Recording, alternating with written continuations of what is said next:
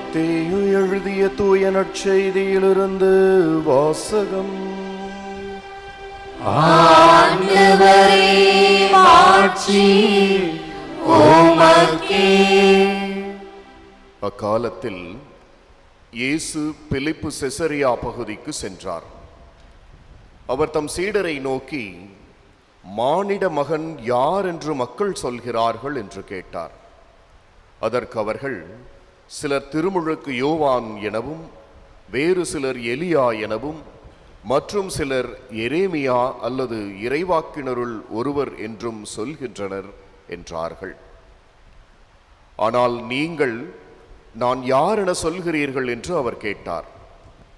சீமோன் பேதுரு மறுமொழியாக, நீர் மெசியா, வாழும் கடவுளின் மகன் என்று உரைத்தார். அதற்கு இயேசு, யோனாவின் மகனான சீமோனே, நீ பேறு பெற்றவன். ஏனெனில் எந்த மனிதரும் இதை உனக்கு வெளிப்படுத்தவில்லை, மாறாக விண்ணகத்திலுள்ள என் தந்தையை வெளிப்படுத்தியுள்ளார். எனவே நான் உனக்கு கூறுகிறேன், உன் பெயர் பேதுரு.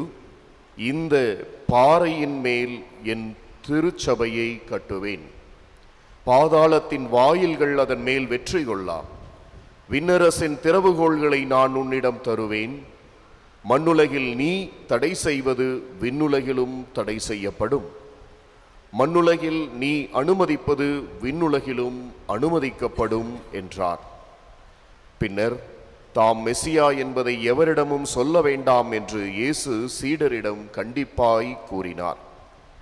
இயேசு தாம் எருசலேமுக்கு போய் மூப்பர்கள், தலைமை குருக்கள், மறைநூலறிஞர்கள் ஆகியோரால் பலவாறு துன்பப்படவும், கொலை செய்யப்படவும், 3ஆம் நாள் உயிருடன் எழுப்பப்படவும் வேண்டும் என்பதை தம் சீடருக்கு அந்நேரம் முதல் எடுத்துரைக்க தொடங்கினார்.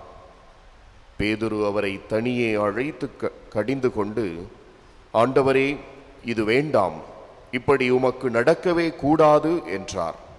ஆனால் இயேசு பேதுருவை திரும்பி பார்த்து, என் கண்முன் நில்லாதே சாத்தானே, நீ எனக்கு தடையாயிருக்கிறாய். ஏனெனில் நீ கடவுளுக்கு ஏற்றவை பற்றி எண்ணாமல் மனிதருக்கு ஏற்றவை பற்றியே எண்ணுகிறாய் என்றார்.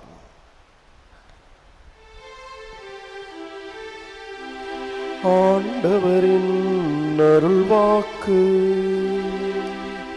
கிறிஸ்துவே உமக்கு